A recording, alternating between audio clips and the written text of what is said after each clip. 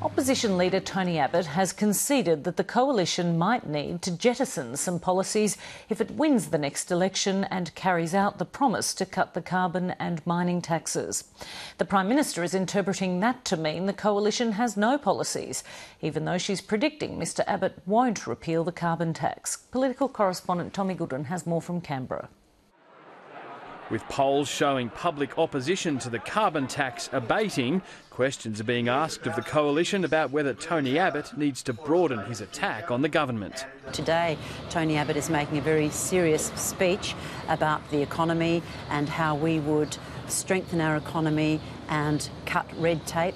Not everyone took the speech seriously. Hecklers got up close and personal with the opposition leader on stage. Global warming is a bunch of crap, as you well know, and we're very excited. And isn't it fantastic, ladies and gentlemen, to see that undergraduate humour does not change?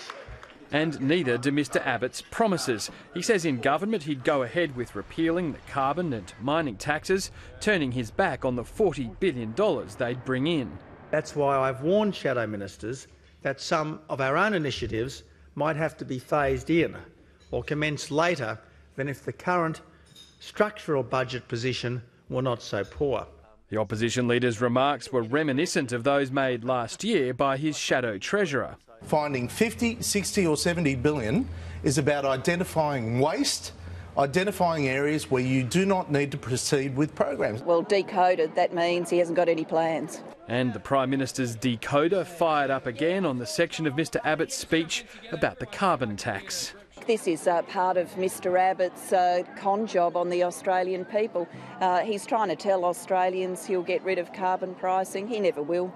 They'll have a little fiddle, they'll have a little name change if they're in a position to after the next election. Thanks for saying hello. Julia Gillard's accusing the opposition leader of running out of ideas, but Mr Abbott did have one new announcement today about what his government would do upon entering office. People will need to know from day one that Australia is under new management. That's why I'm announcing today a Productivity Priorities Working Group to be chaired by Steve Ciobo. Steve Ciobo, who made it absolutely clear a little bit earlier this year that his answer for productivity is bringing back work choices and individual contracts. And the coalition was on the defensive on another front today too. The deputy opposition leader's denying that her questions to the Prime Minister this week about her days as a union lawyer amounts to a smear campaign. Julie Bishop says she's only asking about the Prime Minister's professional integrity.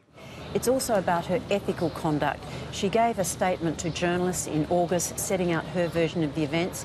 I'm challenging her version with documents that have come to light since she gave that press conference.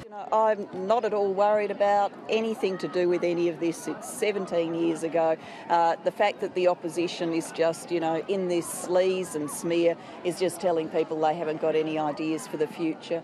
An increasingly familiar attack from the government. Tom Eagleton, Lateline.